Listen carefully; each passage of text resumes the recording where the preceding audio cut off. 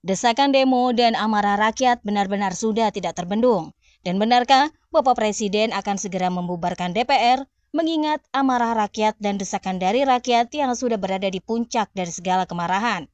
Kemudian kali ini kita akan melihat bagaimana Mas Wapres memberikan ilmu mahal, pelajaran berharga bagi DPR, bagaimana cara menghadapi kritikan rakyat, dan tentu saja apakah atas segala kekacauan yang telah terjadi, Saroni dan Puan akan dicopot. Mari kita kaji bersama-sama. Wakil Presiden Gibran Rakabuming Raka terlihat menjenguk korban demo di RSCM. Gibran datang memberi perhatian pada korban demo DPR walaupun bukan presiden yang didemo. Sebagai Wapres, ia menemui para korban dan keluarganya, namun saat ia pulang, langkahnya begitu cepat seperti sedang emosinya memuncak. Untuk Bapak Ibu anggota DPR yang terhormat, saya mohon maaf masukannya kurang sinkron dengan program dari Bapak Presiden. Kalau pendapat saya pribadi lebih baik diprioritaskan, misalnya untuk ibu hamil, ibu menyusui, balita, lansia, dan juga kaum difabel. Begitu seruan dari Mas Wapres. Misalnya ada ruang laktasi di gerbongnya, mungkin toiletnya, kamar mandinya bisa dilebarkan sehingga ibu-ibu bisa mengganti popok baju dengan lebih nyaman. Saya kira itu lebih prioritas. Sekali lagi, dalam perumusan sebuah kebijakan ada skala prioritasnya. Yang kedua, saya sebagai pembantu presiden ingin memastikan program prioritas visi misi presiden berjalan dengan baik. Ini kan program di sektor kesehatan. Sudah jelas program-programnya. Ada cek kesehatan gratis, ada pemberantasan stunting, dan kalau saya lihat di tingkat daerah, Pak Wali dan di kota-kota lain juga ada perda perbatasan iklan rokok. Jadi sekali lagi untuk Bapak Ibu anggota DPR yang terhormat, saya mohon maaf masukannya kurang sinkron dengan program dari Bapak Presiden. Dan sudah ada undang-undangnya, sudah ada PP-nya yang menyatakan bahwa yang namanya transportasi umum itu adalah kawasan yang harus mengutamakan kaum wanita dan anak-anak. Bangsa ini penakut karena tidak mau bertindak kepada yang bersalah. Inilah dua presiden Indonesia yang berani membubarkan DPR karena dirasa tidak ada gunanya. Yang pertama, Presiden Soekarno. Setelah pemilihan umum pada tahun 1955, selang 4 tahunnya Soekarno langsung membubarkan konstituante dengan menertibkan dekret presiden pada tahun 1959. Pembubaran konstituante ini kemudian disusul dengan pembubaran DPR. Dan yang kedua, siapa lagi kalau bukan presiden nyentrik kita kala itu, yakni Presiden Gus Dur. Tahun 2001, Gus Dur langsung mengeluarkan dekret pembubaran DPR dan membekukan Majelis Permusyawaratan Rakyat RI dan Dewan Perwakilan Rakyat RI. Jakarta, 22 Juli 2001, Presiden Republik Indonesia _Panglima Tertinggi Angkatan Perang Kiai Haji Abdurrahman Wahid. Setelah melihat dan memperhatikan dengan seksama perkembangan politik yang menuju pada kebuntuan politik akibat krisis konstitusional yang berlarut-larut, yang telah memperparah krisis ekonomi dan menghalangi usaha penegakan hukum dan pemberantasan korupsi yang disebabkan oleh pertikaian kepentingan politik kekuasaan yang tidak mengindahkan lagi kaidah-kaidah perundang-undangan. Apabila hal ini tidak dicegah, akan segera menghancurkan berdirinya Negara Kesatuan Republik Indonesia.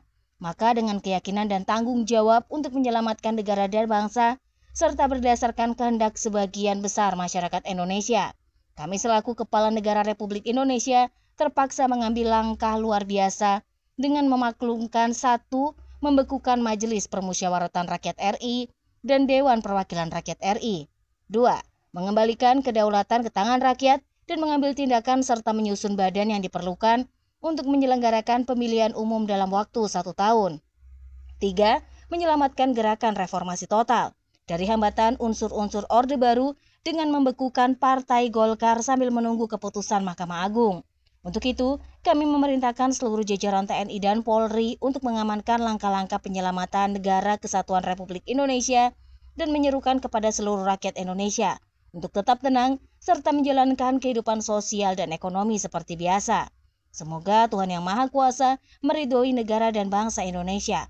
Jakarta, 22 Juli 2001, Presiden Republik Indonesia Panglima Tinggi Angkatan Perang Kiai Haji Abdurrahman Wahid mengatakan sebagai penyeimbang. Begitu kira-kira bunyi pidato dari mantan Presiden Gus Dur pada tahun 2001.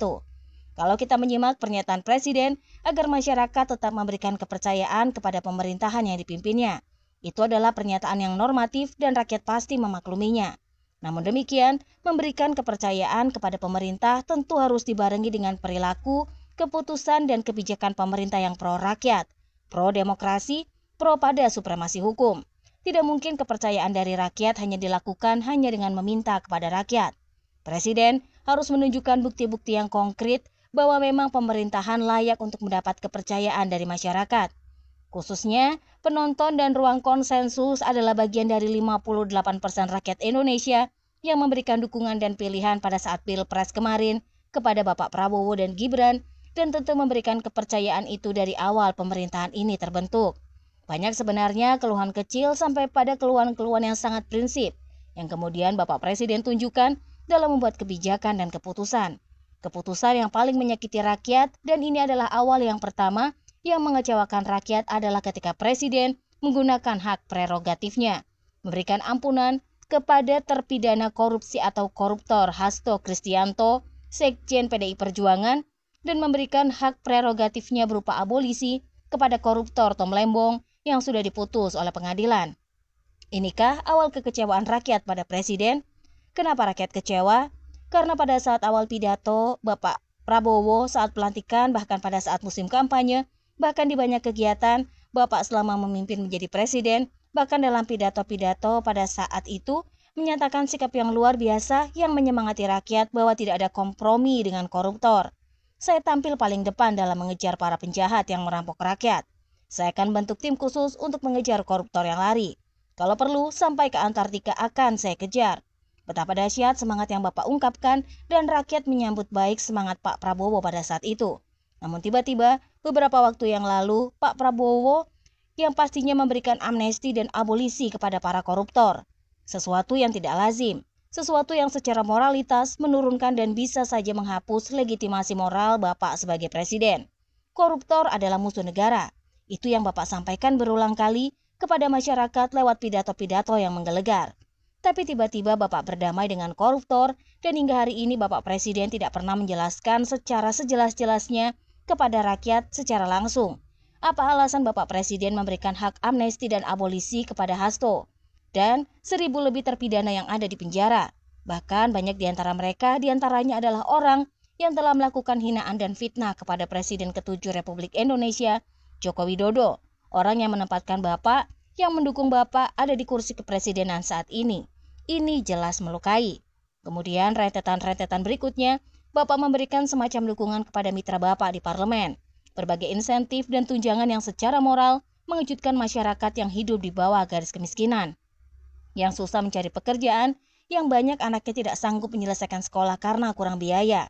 Bapak memberikan fasilitas dan insentif kepada mitra Bapak di parlemen, dan mereka meresponnya dengan gegap gempita dengan berjoget-joget, dan terlihat juga Bapak ikut tersenyum dan bergoyang. Ini termasuk hal-hal yang melukai hati rakyat. Dan ketika para teman-teman Koalisi Indonesia Maju yang menjadi mitra Bapak di parlemen memberikan kalimat-kalimat yang melukai hati rakyat, seperti yang disampaikan oleh Ahmad Saroni yang mengomentari protes dari masyarakat, sebaiknya DPR dibubarkan saja. Saroni mengatakan bahwa netizen dan masyarakat yang meminta DPR dibubarkan itu adalah orang paling tolol sedunia. Apakah pantas orang wakil rakyat mentolol-tololkan tuannya sendiri? Dan Bapak membiarkan itu walaupun itu bukan dari partai Bapak, karena Syahroni adalah partai Nasdem. Tapi setidaknya secara moralitas, Pak Presiden bisa menelpon Ketua Umum Nasdem Surya Paloh untuk menertibkan anggotanya. Begitu juga ketika Eko Patrio dan Uya Kuya yang membuat rakyat marah membalas ketersinggungan mereka dengan membuat video baru, mereka berjoget-joget bersama-sama menggunakan jaket dari partainya. Ini jelas seolah-olah menantang masyarakat. Ini jelas tidak baik dan benar-benar membuat kecewa masyarakat. Lantas pada saat isu dan ajakan demo tanggal 25 Agustus kemarin mulai ramai di media sosial, Ketua DPR dari PDI Perjuangan Ibu Puan Maharani mengatakan DPR terbuka untuk aspirasi rakyat. Silakan datang, kami terbuka. Tetapi faktanya apa? Puan berbohong. Pada saat demo, gedung DPR terkunci rapat dengan berlapis-lapis penjaganya. Bahkan gerbang pintu belakang DPR oleh Pamda, pengamatan dalam DPR sengaja dilumuri oli bekas. Untuk apa? Agar pendemo tidak bisa mendekat karena mereka tidak mau memegang oli bekas. Dan teman-teman, pada saat ini memang kalau kita berbicara terkait kemarahan rakyat sangat diwajarkan. Ketika semula datang kritikan, malah membicarakan hal-hal yang sangat negatif. yakni mengatakan mental tolol dan lain-lain. Kemudian kalau kita bicara desakan pembubaran DPR, itu adalah hasil dari kekecewaan rakyat yang memang sudah tidak bisa dibendung lagi.